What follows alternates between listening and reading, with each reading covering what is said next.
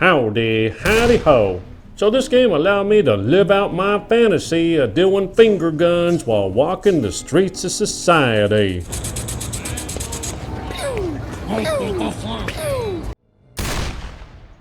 Marvel has literally changed the face of cinema with its superhero universe, but it's been quite a bit harder for them to impact gaming. And while I'm working on a backlog review of Avengers, I decided that in the short time I put into that game, it was also worth giving Guardians of the Galaxy a chance. Let's find out what I was in store for. I'm always one to give you warnings, and this is a game that needs one. The overall handling is just plain wonky. Movement and platforming feel rough and unpolished, and the lock-on combat focus never feels intuitive. Sure, you get used to it, and by the end you have a decent amount of abilities at your disposal, but it never felt like it had enough time to fully form, as if the game was pushed to release before the final stage of polish had been put on the gameplay. Having said that, they did at least craft worlds worth exploring for upgrade items, and though there are times that the upgrades seem mostly useless, it wasn't hard to unlock them all simply by smelling the roses a bit. Further gameplay elements, however, do bring in some interesting hybridization, namely RPG-like dialogue. This ranges from spending time getting to know the characters and build their lore to making branching decisions in the storyline. Granted, all roads lead to the same place, but I purposely restarted checkpoints just to see how things can pan out differently on a minor level.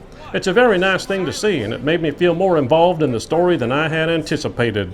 So despite the platforming and combat clearly coming out of the oven way too soon, the game's world itself did continue to simply pull me along thanks to dialogue elements.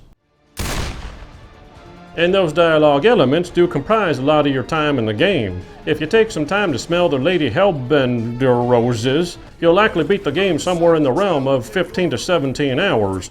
Fortunately, once again thanks to branching dialogue, there is no denying you will either want to A. play through the game again, and there's a new Game Plus option and additional outfits for this, simply to choose all the worst dialogue options possible for shits and giggles, or B. replay chapters to simply get a taste for the different things characters would have said or done. It's not quite infinite replayability, and I'd say at max you would really only play the game twice, but it's still a nice touch to be able to chase something other than achievements.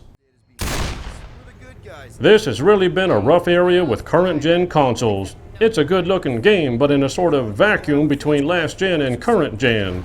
First and foremost, if you're on current gen, don't bother with the performance mode. The loss in resolution is far too great, and the game just seriously becomes blurry if you're gaming like I am on a 4K TV. It's not worth it.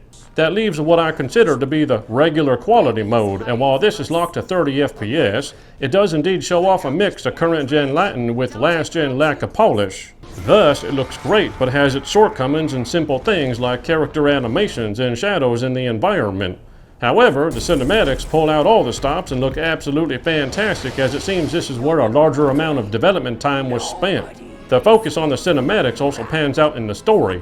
I can't spoil it, but it definitely became a genuine adventure. It is the primary part of the game world that, indeed, pulled me along. When you combine the branch and dialogue gameplay elements with a story that actually puts so many moving pieces together, it compels you to keep playing. Unfortunately, I do have to end on a simply negative note.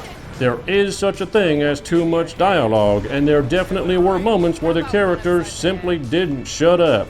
I can safely say there was more unnecessary chatter than combat, and that's not a good thing, even if it's supposed to be in character for the team. I like games that are easy to review because I can come to a summation that is clear-cut. This game's biggest flaw is a huge markdown: gameplay handling. Enough hours in any game and you can get used to it, but it's simply a very unpolished control experience. It becomes clear the focus was on the cinematics and storyline, both of which are finely done using high-quality graphics and branch and dialogue options. And thanks to those branch and dialogue options, you'll even want to replay scenes just to see how it pans out. But it's still marred a bit by the last-gen and current-gen transition, and sometimes I'd wish they'd all just stop talking for more than 30 seconds.